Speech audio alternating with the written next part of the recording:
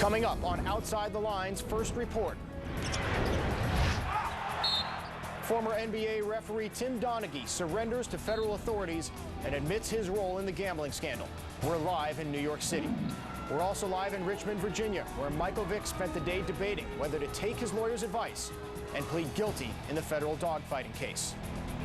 As the NFL cracks down on violent off-field behavior, the league's violent on-field behavior comes under fire. You talk to Garrett Webster, his son, I mean, he'll tell you horrifying tales of what Mike's life was like. So, anyhow, here's the evidence from his brain to now we can understand it. And NFL says, no, throw that away. We don't want to talk about it. The league finally responds, but does its new concussion policy hit hard enough? It's all next on Outside the Lines.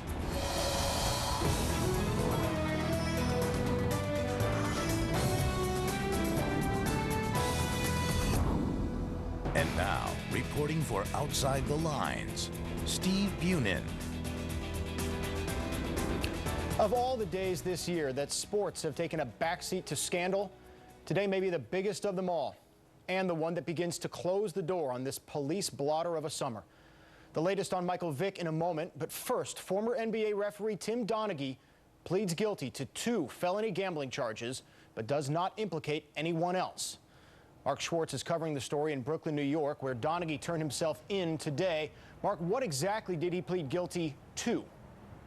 Well, Steve, he pled guilty to 2 felony counts of conspiracy, and his co-conspirators, James Batista and Thomas Martino, pled guilty to 1 count of felony conspiracy. The first count, and receive cash and give information. Prosecutors say he bet on games he refereed, but that wasn't part of the guilty plea. Why not?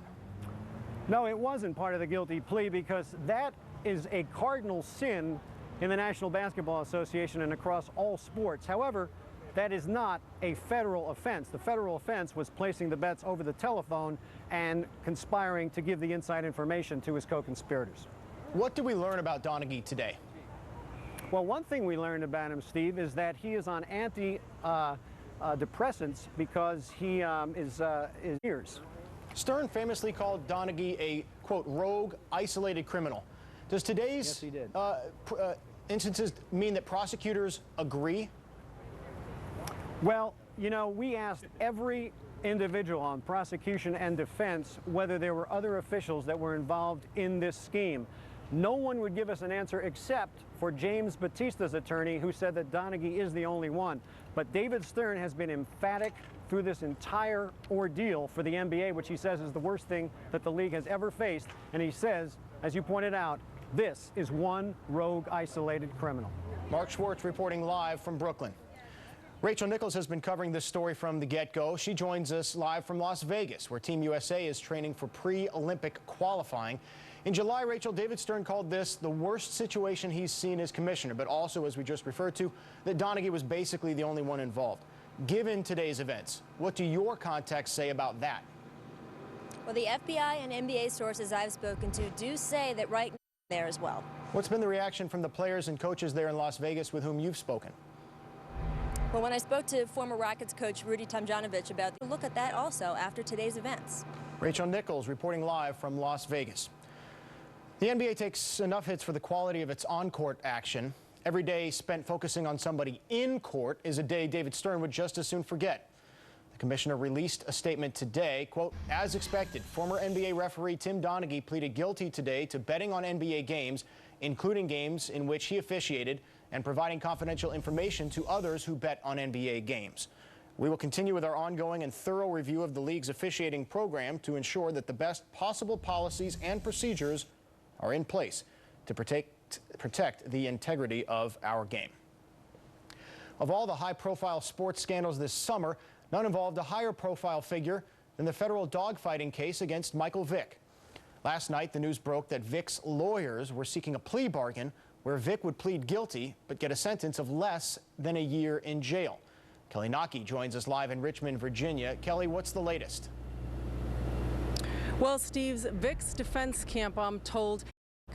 So other than the dissent among Vick's defense team, what's the biggest holdup from a plea being accepted? Well, there are 2 things that are holding. For example, in the indictment, it says that in April of this year, Phillips, Vick, and Peace executed approximately 8 dogs at his Surrey County home that weren't performing well. Well, in the statement of facts, Vic would actually have to say what he personally did in that scenario. And you remember that back in April, he told Commissioner Roger Goodell that he had no knowledge of any dogfighting activities at this property. So by signing this document and agreeing to a plea agreement, he would be telling the commissioner that he lied to him. Kelly Nockey reporting live from Richmond, Virginia. Our poll question today: how will the recent scandals in sports impact your viewing habits? You gonna watch more? Would you watch less? Basically no difference at all. To vote, you go to ESPN.com, go to the ESPN drop-down menu, and click on Outside the Lines. There you get to our interactive page. You can vote in the poll, send us email, and we'll reveal the results later in the show. Still ahead, one of the most successful skippers in the history of the game makes history by getting tossed out of a game. Plus, why Barry Bonds hired a pair of legal heavy hitters to bat for him from here on out.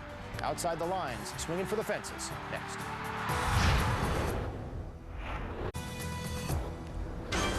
At this hour, former Major League All-Star Jose Offerman has been suspended indefinitely from his independent minor league team, and he's facing second-degree assault charges after attacking a pitcher with a bat last night in Bridgeport, Connecticut. Offerman had homered his first at-bat and got hit the next time up before charging the mound. Barry Bonds has hired 2 legal heavyweights in the Bay Area to monitor what people say or have said about the controversial slugger. At least one legal expert has already poo-pooed the move, given how hard it would be to legally prove a statement damaged Bonds. There wasn't much for histrionics, but last night Bobby Cox made baseball history, getting ejected for the 132nd time and vaulting ahead of Hall of Fame skipper John McGraw. It had been 7.5 weeks since his last thumb. Darrelle Revis close to ending his holdout with the New York Jets, the 14th overall pick out of Pitt.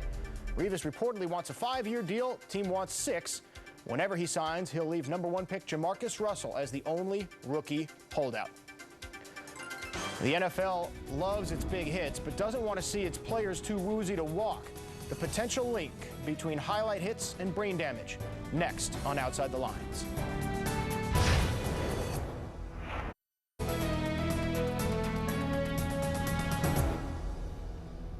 If chicks dig the long ball, dudes dig big hits. In the NFL, though, those big hits come at a high price. The health of those on the receiving end, according to some experts. Yesterday, the NFL addressed the issue, instituting a new concussion policy to better deal with players who have them and to prevent more of them from happening. Among the many new caveats, a confidential hotline for anybody to call if a player is being forced to practice or play against medical advice. A concussed player now can't play again unless he's completely cleared by doctors, and he can't go back into a game or practice if he loses consciousness. Former Patriots linebacker Ted Johnson made headlines this spring when he claimed he was forced into playing with concussions and that he's now showing signs of early Alzheimer's. Doctors aren't yet unanimous in connecting big hits to brain disease, but as Steve Delson reports, 2 men believe they've connected the dots, one who studies concussions and one who's suffered them. Born in Nigeria, Bennett Omalu later moved to Pittsburgh. Risk.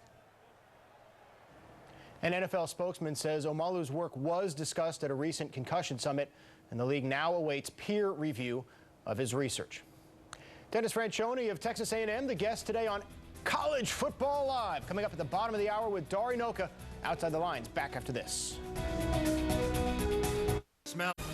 Breaking news at ESPN, Brewers slugger Prince Fielder suspended 3 games and fined an undisclosed amount for going after an ump Sunday in Houston. No word yet if he'll appeal. He leads the National League with 37 homers, and he's hitting .341 in August. A couple of baseball games underway. Both the Red Sox and Yankees are losing, so it looks like it'll stay a 5-game difference in the AL East. Highlights coming up on SportsCenter at 6 Eastern, 3 Pacific. Our poll results, 83% of you say basically couldn't care less about all these scandals in sports. You'll still be watching. We thank you for watching Outside the Lines. I'm Steve Bunin.